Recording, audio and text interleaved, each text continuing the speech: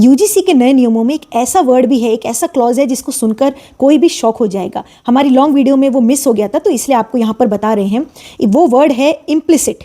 यानी दो तरीके के एक्ट्स होते हैं, एक होता है एक्सप्लिसिट, एक होता है इम्प्लिसिट। एक्सप्लिसिट यानी प्रत्यक्ष, इम्प्लिसिट यानी अप्रत्यक्ष। तो ये यूजीसी के नए रूल्स कह रहे हैं कि डिस्क्रिमिनेशन में कोई भी एक्सप्लिसिट एक्ट्स तो कवर होंगे, लेकिन इम्प्लिसिट एक्ट्स भी कवर होंगे। यानी बिना कहे, बिना स्पष्टता से कुछ कार्य हुए हुए सामने वाले को उसका असर लगे, तो वो इम्प्लिसिट होता है। मैं आपको उदाहरण से बताती हूं। मान लीजिए यूनिवर्सिटी या कॉलेज में एक सामान्य कैटेगरी वाला छात्र चल रहा है और वहीं से अन्य कैटेगरी वाले छात्र गुजर रहे हैं। अब सामान्य कैटेगरी के छात्र ने अपना मुख मोड़ लिया या फिर रास्ता चेंज कर लिया, और उस समय उसका इरादा अन्य कैटेगरी के छात्रों को कोई डिस्क्रिमिनेशन करना नहीं था, लेकिन वो स्वाभाविक ही दूसरे रास्ते से चला गया।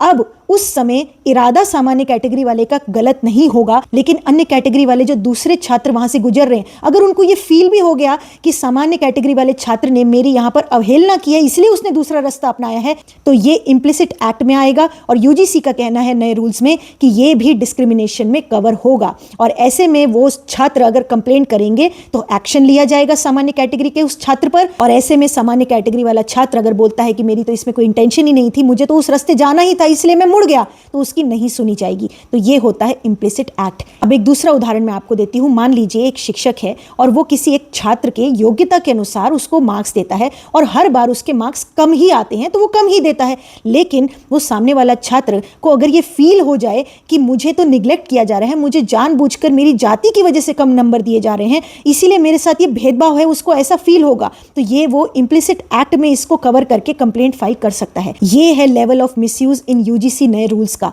इसीलिए ऑनरेबल सुप्रीम कोर्ट ने इस एक्ट को पूरी तरह से अनकॉन्स्टिट्यूशनल और इलीगल घोषित करके इसको सेट असाइड करना ही चाहिए। तो ये एक बड़ी इलीगैलिटी यूजीसी के नए रूल्स 2026 के हैं। बाकी और भी क्या क्या इलीगैलिटीज इस लॉ की हैं, वो हमने detailed video, long video channel पर डाली है। जिन्होंने नहीं देखी है उनके लिए यहाँ पर नीचे मैं लिंक लगा रही हूँ, कमेंट में भी, डिस्क्रिप्शन बॉक्स में भी उसका लिंक लगा देंगे, ताकि आप जाकर देखिए और समझिए कि ये किस तरह का रूल्स, किस तरह का नया लॉ बना है।